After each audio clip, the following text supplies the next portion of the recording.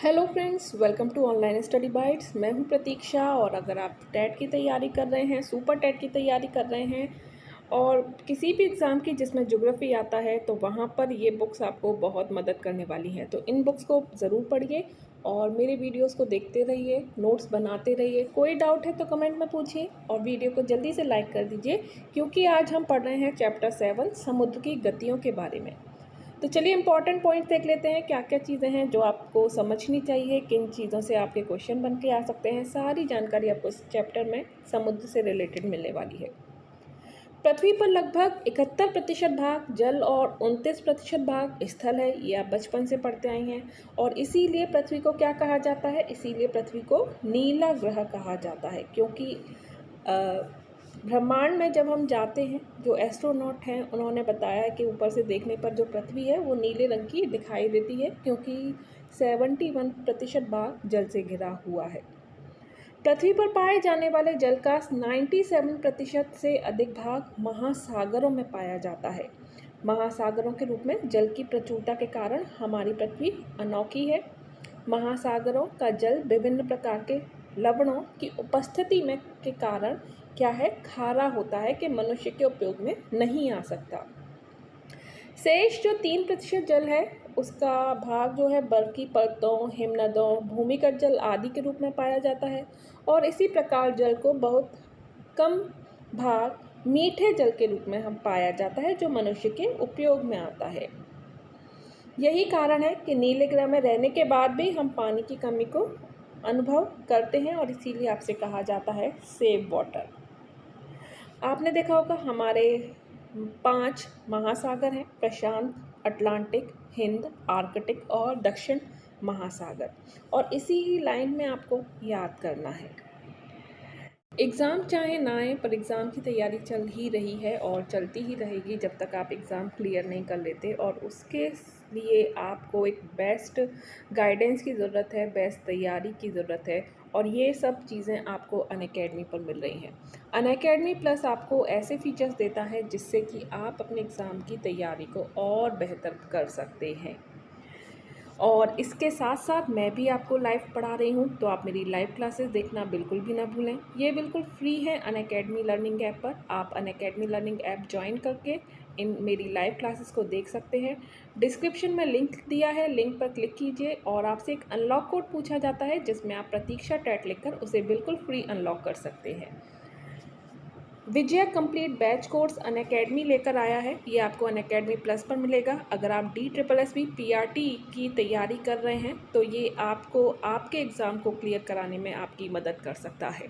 सारे जो सब्जेक्ट हैं आपके, जो PRT में पूछे जाते हैं, तो आपको अलग अलग जगह से पढ़ने की ज़रूरत नहीं है। आपको एक ही जगह पर सारे मेंटोर्स आपको गाइड करेंगे, आपका सिलेबस पूरा करवाएंगे और आपको बताएंगे कि पेपर में क्या क्या पूछा जाता है और किस तरह से आपको तैयारी करनी है। जैसे कि सौरभ शर्मा सर हैं, GK करंट अफेयर बताएंगे, Kalyani Tyagi Hindi, Prashant Singh sir teaching mythology, और Sharad Gupta English and Lalit Kumar sir maths and reasoning आपको पढ़ाने वाले हैं। और ये जो कोर्स है वो 19 मई से स्टार्ट हो रहा है, 19 मई से स्टार्ट हो रहा है। तो उससे पहले पहले आप इस कोर्स को ज्वाइन कर सकते हैं।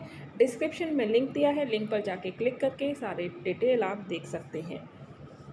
ऑल बैचेस 1 सब्सक्रिप्शन का फ़ायदा आपको अनअकैडमी देता है। जितने भी बैच कोर्स आगे आएंगे, अगर आप 3 एग्ज़ाम की तैयारी कर रहे हैं, तो इसका मतलब ये नहीं कि आपको अलग अलग कोर्स के लिए अलग अलग सब्सक्राइब करना पड़ेगा। आप उसी बैच कोर्स में, उसी सब्सक्रिप्शन में आप सभी बैच कोर्स का फ़ायदा उठा सकते हैं और अपने हर एग्ज़ाम की तैयारी कर सकते हैं।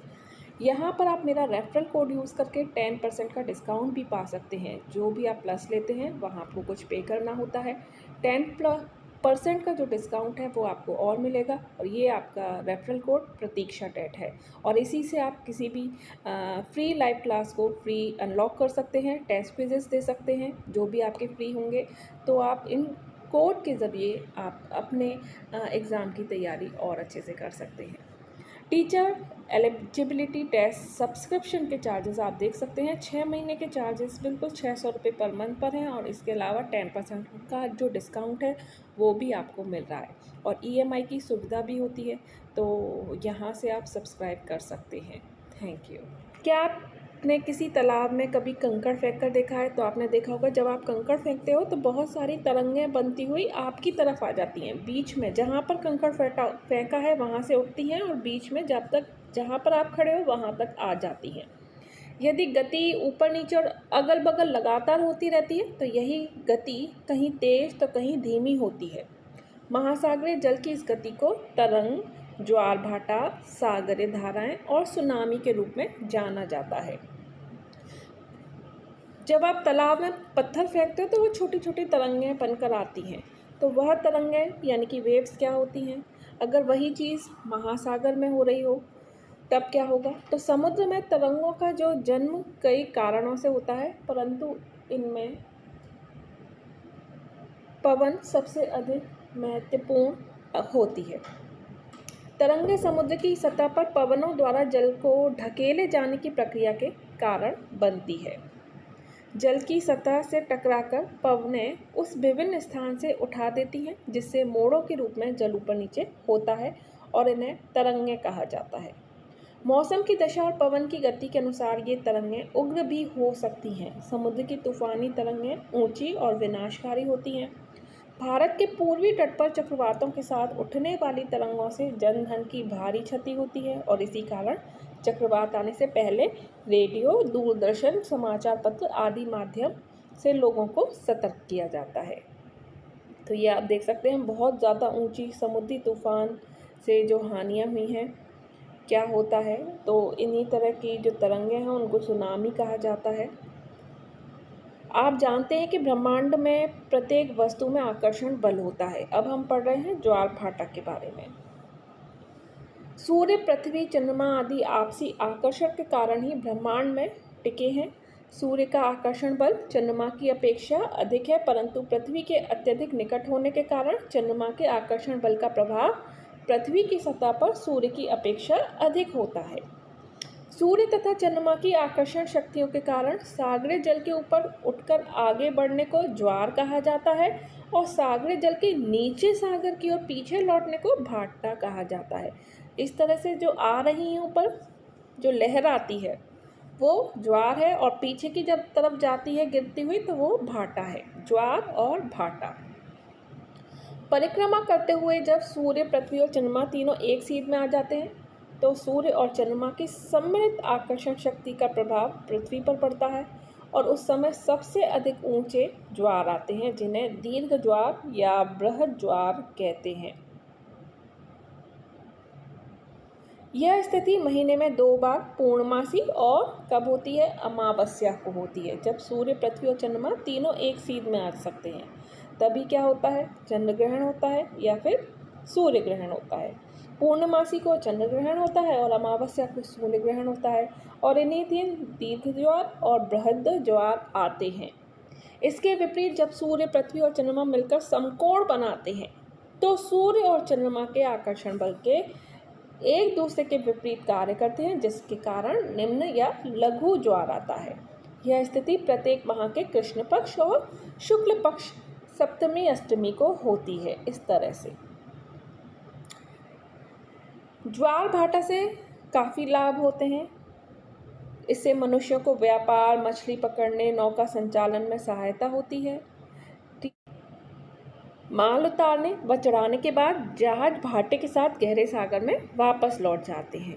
तो संसार के कुछ प्रमुख बंदरगाह यहाँ पर हैं जैसे लंदन, हैम्बर्ग, न्यूयॉर्क, रॉटरडम और शंघाई नदियों के मुहाने पर स्थित हैं और इनकी स्थिति आप एटलस से पता कर सकते हैं। भारत में भी कुछ बंदरगाह हैं जो ज्वार भाटा पर ही निर्भर हैं जैसे गुजरात का कांडला और पश्चिम बंगाल का कोलकाता ऐसे ही बंदरगाह हैं। चलिए आगे बढ़ते हैं।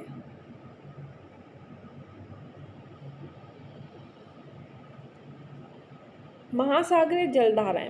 मोस्ट इम्पॉर्टेंट पॉइंट है महासागरीय जलधाराएं। महासागरीय जल की गतियों में धाराएं सबसे अधिक शक्तिशाली होती हैं। इनके द्वारा महासागरों का जल हजारों किलोमीटर तक बहा लिया जाता है। तो ये क्या कहलाई जाती हैं? नदी की तरह बहते जल को महासागरीय धारा कहते हैं। कभी कभी महासागरों का जल एक चौड़े और धीमी गति से बहने वाले प्रवाह का रूप ले लेता है जिसे ड्रिफ्ट कहते हैं, और इनकी गति 1 से 3 किलोमीटर प्रति घंटे होती है। तो महासागरीय जलधाराएं जो होती हैं वो ध्यान रखिए 2 तरह की होती हैं, गर्म यानी कि उष्ण जलधारा और ठंडी जलधारा।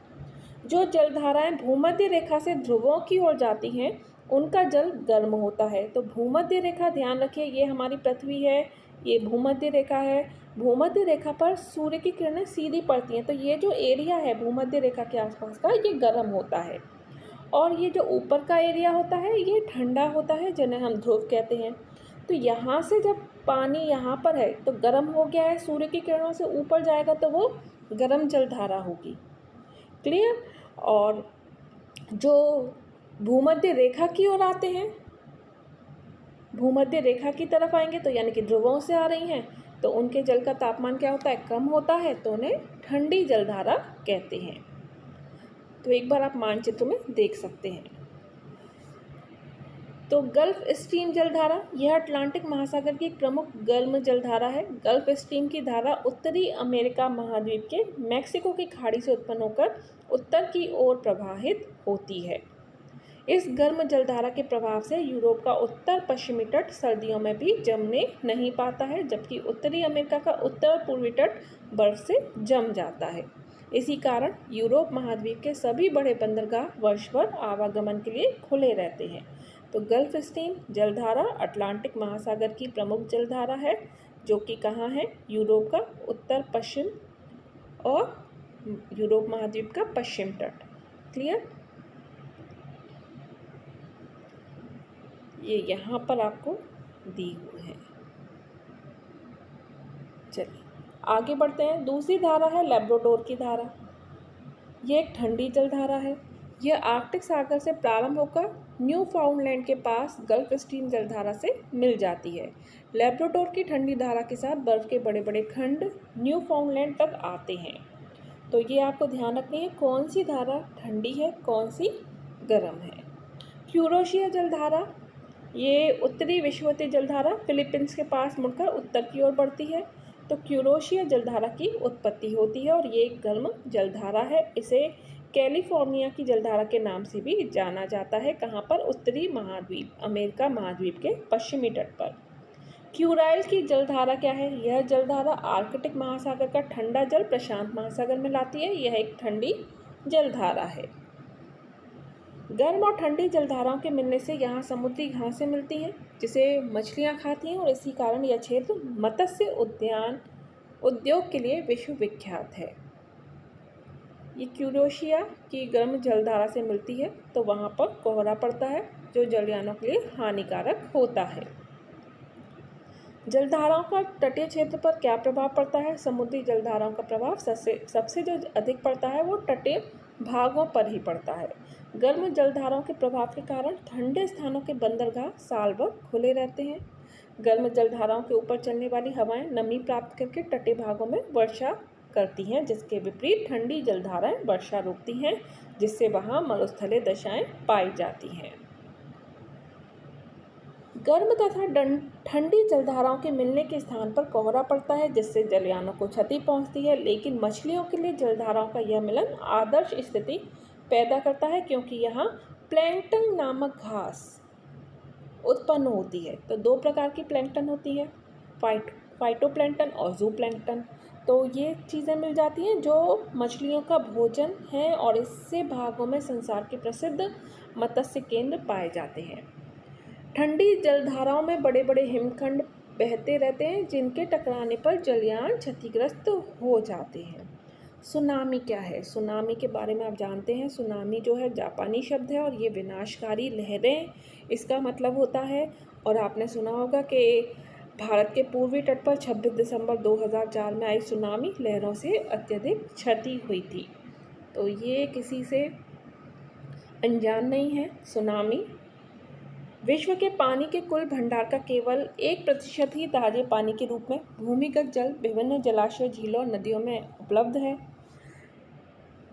पृथ्वी पर जल चाहे भाप के रूप में वायुमंडल में हो, द्रव के रूप में नदियों में या झीलों और समुद्रों में, भू सतह के ऊपर या भूमि सतह से नीचे कभी रुका नहीं रहता। जल द्रव से वाष्प और वाष्प से द्रव अवस्था में निरंतर एक चक्र में चलता रहता है, जिसे जल चक्र कहते हैं। महासागर में औसत खारापन लगभग 45 भाग प्रति हजार होता है। तुर्की की वॉन झील विश्व की सबसे अधिक खारी झील है। ये मोस्ट इम्पॉर्टेंट क्वेश्चन है। सबसे अधिक खारी झील कौन सी है? वॉन झील, तुर्की की। विश्व का सबसे ऊंचा ज्वार कनाडा के नोवा स्कोशिया में स्थित फंडी की खाड़ी में आता है। तो ये दोनों पॉइंट इम्पॉर्टेंट हैं, आपके एग्ज़ाम में पूछे जा सकते हैं क्योंकि आपकी बुक में दे रखे हैं। तो यहाँ इसी के साथ हमारा ये चैप्टर भी एंड होता है। नेक्स्ट चैप्टर में, 8th चैप्टर में नेक्स्ट वीडियो में पढ़ते हैं। अभी के लिए इतना ही। वीडियो को लाइक कर दीजिए। कोई डाउट है तो कमेंट में ज़रूर लिखिएगा। Bye bye, take care and thanks for watching.